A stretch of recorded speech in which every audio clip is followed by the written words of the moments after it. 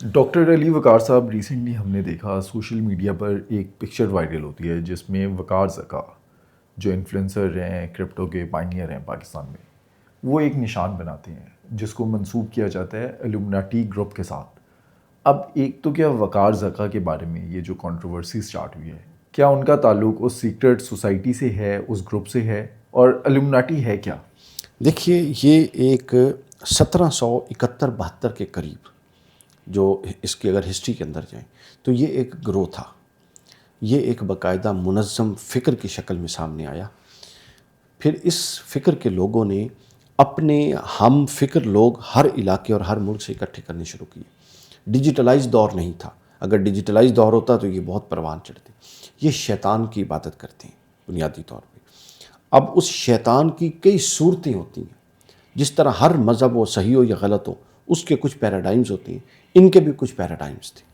یہ کچھ خاص راتیں ہوتی ہیں جن میں یہ عبادت کرنے کے لیے اکٹھے ہوتے ہیں، چونکہ ان کا یہ ماننا ہوتا ہے کہ شیطان ان خاص راتوں میں، اس رات کے خاص اوقات میں خاص قسم کے عوامل کرنے سے اس کی تائید اور اس کی قوت حاصل ہو جاتی ہے۔ اور یہ ان کو صرف اس کے ساتھ نہیں جوڑنا چاہیے، یہ بہت بڑا طبقہ ہے، یعنی ہر مذہب کے اندر اور ہر مذہب کے ماننے والوں میں اور غیر مذہبی لوگوں میں ایسے لوگ موجود ہیں جو اس طرح کے شیاطین کی پوجا کر کے ان سے اپنی طاقتیں لیتے ہیں۔ اس کی ایک ماڈرن اور بگڑی ہوئی شکل ہمارے ہاں یہ عامل بابا اور جادوگر بھی ہیں۔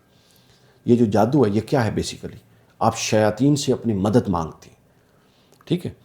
اب اگر آپ ہسٹری میں اس کو دیکھیں تو ہسٹری میں جو اس کی پہلی ہمیں واردات ملتی ہے حضرت یوسف علیہ السلام کے دور کی ملتی ہے کہ اس وقت کے جو عزیز مصر تھے انہوں نے جو خواب دیکھا، اس خواب کی تعبیر کے لیے انہوں نے جو معبران کو بلایا، تو معبران نے جو جواب دیا جس کو قرآن و سنت میں انہوں نے کہا ہم نے شیاطین کی ارواح سے بھی مدد مانگ لیا مگر اس خواب کی حقیقت تک نہیں پہنچ سکے۔ تو لہٰذا یہ ایک ہمیشہ سے طبقہ رہا جو اپنے مسائل کے حل کے لیے شیاطین کی مدد مانگتا تھا، اس کا تسلسل ہمیشہ سے ہے۔ یہ ہے اس کا اصل کانسیپٹ کہ یہ شیاطین کی عبادت کرتی ہیں۔ اور جو بندہ اب ایک ہے فکر، ہم فکر پر حکم لگا سکتے ہیں، بندوں پر حکم نہیں لگا سکتے۔ یہ بالکل غلط بات ہوگی کہ اگر جس بندے کا آپ نے وقار زکا کا نام لیا ہے، اب مجھے معلوم نہیں کہ اس کے دل کے اندر کیا ہے، چونکہ ہم میں سے ہر بندہ، چونکہ ہمارے ہاں دین کے پڑھنے پڑھانے کا اہتمام نہیں ہے، تو لوگوں کو وہ احتیاطیں جو دین کے باب میں ملحوظ رکھنی ہیں ان کا پتہ نہیں ہے۔ یہ لوگ بالکل چٹے جاہل ہیں، چاہے دنیا میں جہاں مرضی پہنچے۔ تو پھر یہ اس طرح کی لغو اور بے بنیاد باتوں اور حرکتوں اور پارٹیوں کے اندر پائے جاتے ہیں، تو جس کی بنیاد پر جو ہمارے یہاں پہ غیر محتاط حلقہ طبقہ ہے وہ ان پر کفر اور شرک کے فتوے لگا دیتے ہیں۔ لہٰذا ہم یہ نہیں کر سکتے، ہم ان کی اس رائے پر اور اس ایکٹ پر کومنٹ کریں گے، ان کی شخصیت کو ایک طرف رکھ کے، ٹھیک ہے نا؟ چونکہ ہم دلوں کے حال نہیں جانتے کہ یہ حقیقت میں وہ مانتے ہیں یا نہیں مانتے۔ یہ جو علامات جو وہ بنا رہے، یہ اس طرح کی بہت ساری علامات ہیں ان کی۔ پھر درمیان میں بہت ساری کریک ڈاؤن اس کے خلاف ہوا۔ کرسچینٹی نے اس کے خلاف الگ کریک ڈاؤن کیا، مسلم جو صوفیز تھے اور مسلم حکمران تھے انہوں نے اس کے خلاف، علماء نے الگ کریک ڈاؤن کیا، لیکن اس کے باوجود یہ ایک طبقہ ہمیشہ سے پایا جاتا تھا۔ اس کی مختلف شکلیں بنتی رہیں، مختلف طبقات بنتے رہے، مختلف انداز بنتے رہے، اور اب تو یہ اللہ معاف کرے پاکستان میں بھی پایا جاتا ہے اور یونیورسٹیز کے اندر بھی پایا جاتا ہے۔ آج سے بہت عرصہ پہلے میرا پاکستان کی ایک بہت بڑی یونیورسٹی ہے، میں نام نہیں لیتا چونکہ سوشل میڈیا پہ یہ جانا ہے اور ایک تماشا کھڑا ہو جائے گا، وہاں پر میرا ایک درس تھا، پروگرام تھا۔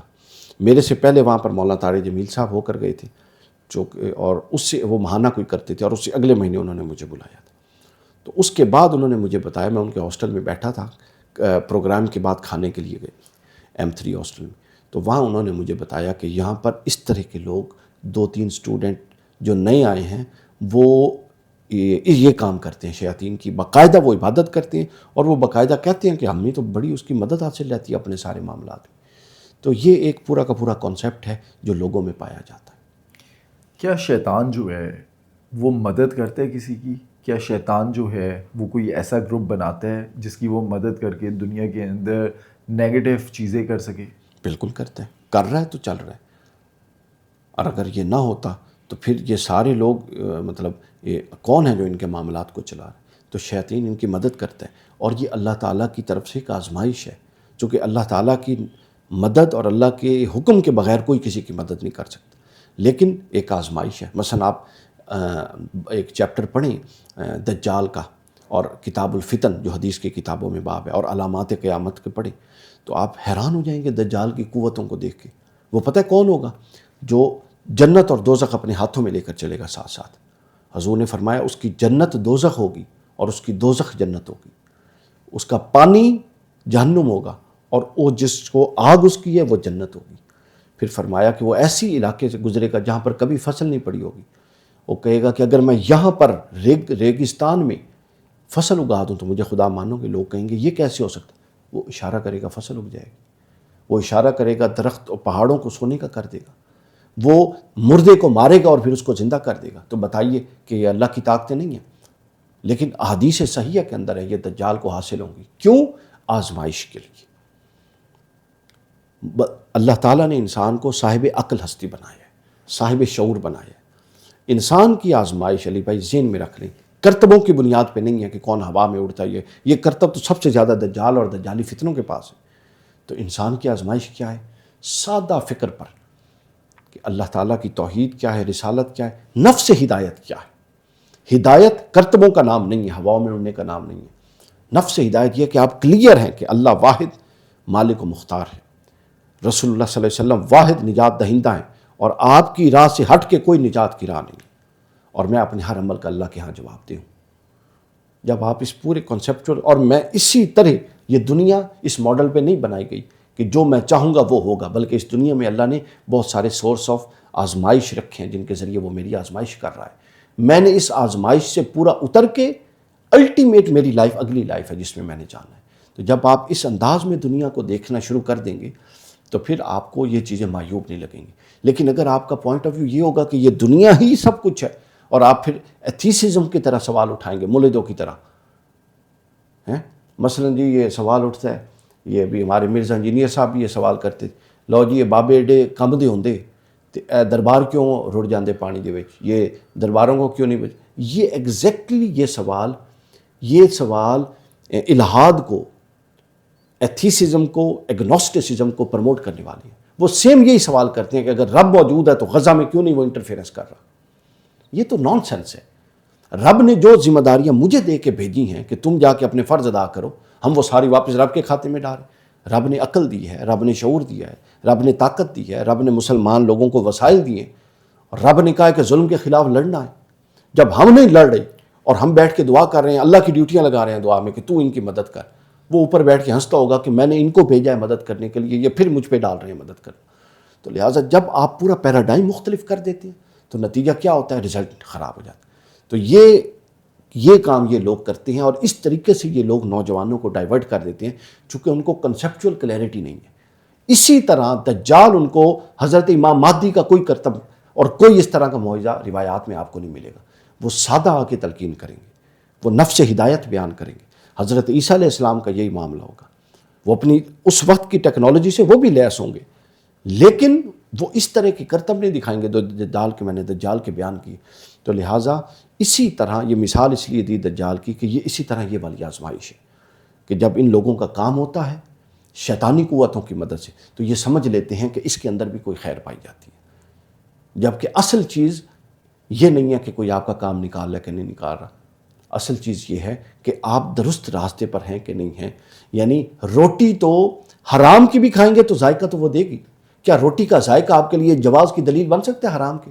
بس یہ پوائنٹ سمجھنے کی ضرورت ہے۔ روٹی بے شک سوکھی ہو، بے ذائقہ ہو، مگر وہ حلال ہونی چاہیے۔